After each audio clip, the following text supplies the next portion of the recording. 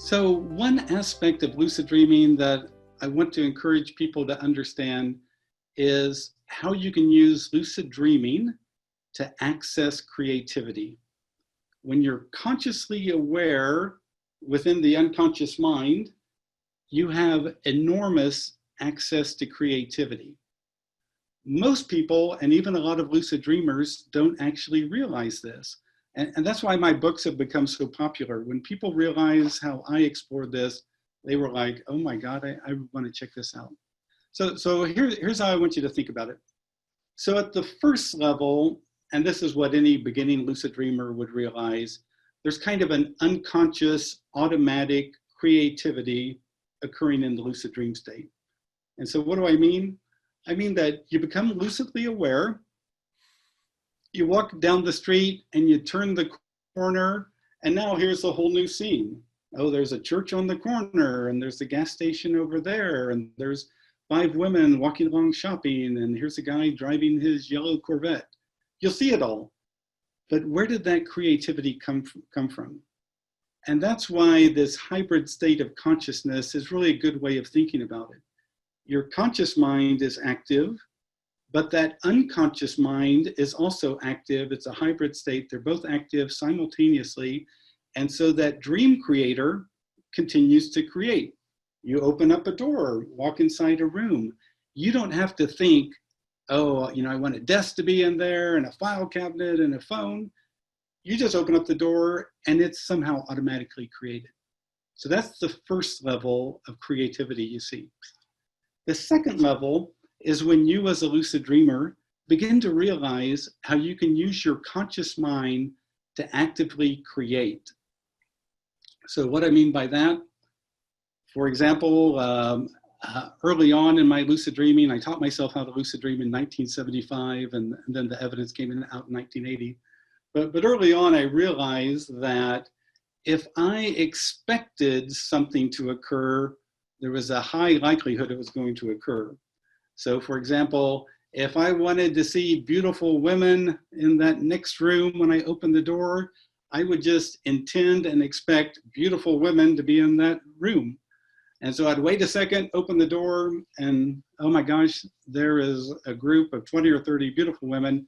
And they were created in a sense by my active intent, but all the details, of course, were somehow created by this unconscious automatic creativity working along with my conscious intent and expectation. So you can also see this in the reports of lucid dreamers. Oh, he met somebody he didn't like and he created a fireball, and smashed him, or he took a hammer and pummeled him into the ground because it was his lucid dream and all that kind of stuff. That's conscious action creativity. So that's the next level. The third level is something that I discovered in 1985, and it's why I call my first book Lucid Dreaming: Gateway to the Inner Self. So in 1985, I was part of a Lucid Dreamer Explorers group, and we had a thing to achieve, a goal to achieve, and it was to find out what the dream figures in your lucid dream represented. And so I became consciously aware, followed a woman into an office, went up to the man in the 3-piece suit and said in my nice Midwestern way, "Excuse me, what do you represent?" And suddenly, from above him, a voice boomed out a partial response. And that really stunned me. I'd never had that happen before. And so I looked up and I asked basically, what? And then this non-visible voice boomed out the full response of what this gentleman represented. And so I thought, okay, that's what that guy represents. I'm going to wake up and write this down. But the next day I began to wonder, is there an awareness behind the dream? Is there a larger awareness? Basically, you could call it your unconscious mind, your inner self, whatever that's behind it. And so after that, I began in my lucid dreams to ignore the dream figures, ignore the dream setting, and just shout out questions to this non-visible awareness. Like, for example, you could become lucid and ignore the dream figures and shout out, "Hey, dream, show me something important for me to see." One time, one of my nieces did that because she told me that lucid dreams had no meaning. She had had 10 or 15 lucid dreams. They had no meaning. And I told her, if you want to find out if they have meaning, then do this. Next time you become lucid, shout out, "Hey dream, show me something important for me to see." So she said she was being chased by a lion in Kansas City. She hid behind a rock. The lion was jumping over the rock, and she thought, lions don't run free in Kansas City. This has to be a dream. So she stood up, she pointed at the lion, she said, "Don't you dare," and it just froze in midair. Then she remembered that her uncle had told her to shout out, "Hey dream, show me something important for me to see." She shouts that out, and a long blue hallway appears, and at the end of it, it's a little white-haired lady. And so she walks down there, and she realizes the white-haired lady is her great-grandmother, Nunu, who passed away when she was like 3 or 4 years old. Nunu said, "Jane, it is so nice to see you, and you have such wonderful timing." And Jane replied, "What do you mean I have wonderful timing?" And Nunu said, "Well, I get out of purgatory tomorrow." And my little niece, Jane, she's kind of a person who never bothered to go to church. So she asked me, "What is this purgatory thing that Nunu was talking about?" So I explained that. But at the end of the lucid dream and their conversation, Nunu, the deceased great-grandmother, told Jane that she wanted her to tell her mother about the back room, or remind the mother about the back room in Nunu's house. And Jane asked her why. And she said, "Don't worry about that. Just tell your mom to remember the back room in my house."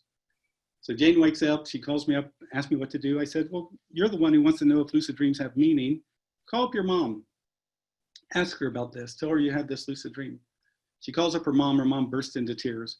Her mom says the happiest moments in her childhood occurred in the back room of Nunu's house, because every Saturday morning, all the grandkids could come and dress up as kings and queens and all that kind of stuff. So there were no rules in the back room of grandma's house, and those were the happiest moments in her life.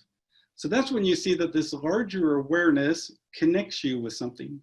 I asked Jane, why was it important that you were shown that? Because you asked to see something important. And she said, "Oh, my father has had a terminal illness ever since I was born. And people keep telling me he's going to die someday soon. He'll die someday soon." And she said, "I've always wondered ever since I was a small child, what happens to you after you die?" And so that's why that was really important to me, to see my great-grandmother Nunu. So the beautiful thing about this larger awareness is you can reach out to it, you can ask it questions, oftentimes it'll respond, but also sometimes it'll tell you that you're not ready. For example, a friend of mine, Ed Kellogg, wanted to experience a superstring, like people talk about in modern physics. And so he became lucidly aware. He shouted out, "Now by the power of Alka-Hess, let a superstring manifest." And suddenly this non-visible voice said, "You are not ready for an experience of this magnitude at this time, as you still seem too unfocused and distracted." And Ed mentioned parenthetically that there was a woman in a swimsuit not too far away in his lucid dream. And then basically it told him, "Come back when you're ready for an experience of this depth." Also remember there's a woman, Pascal Artain, at the website LD for All, which is a lucid dreaming community. They had a monthly goal. One time it was to find the beginning and end of the universe. She becomes lucidly aware, she looks at a mirror and she shouts out, "Now show me the beginning and end of the universe." And this non-visible voice responded, "The universe has no beginning and has no end. The universe is an everlasting cycle." So I bring these up to show that this larger awareness will oftentimes show you creative things, extraordinary depth and profundity. But this larger awareness will also disagree with your assumptions, and also it'll tell you on occasion that you're not ready for the experience that you're asking to experience. Because I'll tell you, it's very powerful in the lucid dream when you have some of these experiences that they really bowl people over. That's how powerful they are. So that's why I used in my first book, Lucid Dreaming Gateway to the Inner Self, 12 characteristics, I think it's 12 characteristics by Carl Jung, that he said would have to be shown if we had a second psychic system within us. And I showed that in lucid dreaming, you can see all of those characteristics: memory, reflection, judgment, feeling, affectivity, yeah, all the characteristics he described that you'd have to show if we had a second psychic system, basically an inner self. You can see them all in lucid dreams when you interact with the awareness behind the dream. I did also want to mention something. So I had that experience in 1985 when I realized that there's awareness behind the dream, and I began to explore it really deeply, to experience concepts and all sorts of things. Then in 1993, this book came out, The Art of Dreaming by Carlos Castaneda. And if you read that book, in there, he asks his shamanic teacher, Don Juan, who is this non-visible voice that responds to my questions when I'm having lucid dreams? And his shamanic teacher, Don Juan, says, oh, I call that the dream emissary. It will always tell you the truth when you ask. And so sometimes people say that Castaneda was a fraud or, just made up these books or whatever. No one was talking about this kind of stuff back when his book was written, unless he had access to some of these lucid, just very small lucid dream groups. He would never know that kind of stuff. So anyway, that's why I think that he was really onto something. And of course, I discovered it in 1985 and he wrote about it in 1993. Finally, there's the essence of creativity. And so here's what I'm talking about. You become lucidly aware. You can watch the unconscious creativity. You can watch your own conscious creativity. You can reach out to the larger awareness and access its creativity. But if you want to get to the essence, you realize, like I did 20 years into lucid dreaming, that I had to let go of the mind. Because if the mind is a projector and my thoughts and feelings and emotions and ideas get projected out there, then to really get to the essence of creativity, I have to let go of mine. And so, like I remember the first time I meditated in a lucid dream, I sat down in the lucid dream, began to empty my mind. And as I emptied my mind, it was like the dream screen began to get ripped apart and brilliant white light came shooting through. And I was so stunned by that, I shook my head and came out of the meditation. Then I decided to meditate with my eyes closed.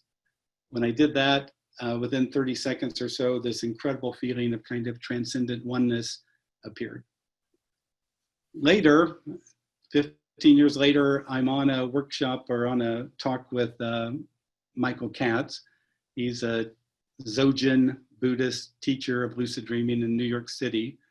And when he heard me tell what my first experience with meditating in a lucid dream was, he said, in the Dzogchen tradition of Buddhist dream yoga, we would say that that's exactly what's supposed to happen. That when you empty your mind, you begin to experience the base awareness of light that they call Rigpa. So anyway, he said it blows his mind that someone who wasn't a Buddhist and studied Buddhism could do that in their first lucid dream. So these are the 4 levels of lucid dreaming creativity. And basically what I'm trying to say here is that just like the Indian Buddhist yogi Naropa said, and there's 6 pathways to enlightenment, one of those he said was dream yoga, which was basically using lucid dreaming paired with a Buddhist philosophy. And in my first book, I tell you what happened to me as a person who had no interest or understanding of Buddhism, as I kept going deeper and deeper and deeper and realized that the only way out of this conundrum to understand what's behind lucid dreaming or what's behind the awareness behind the dream was to let go of my mind. And that's when all of a sudden I'd fall asleep and the entire night would be light. And so there was no action, no plot, no whatever, just light. But anyway, it's a long story, so I'll talk about that. You can read more about it in my book.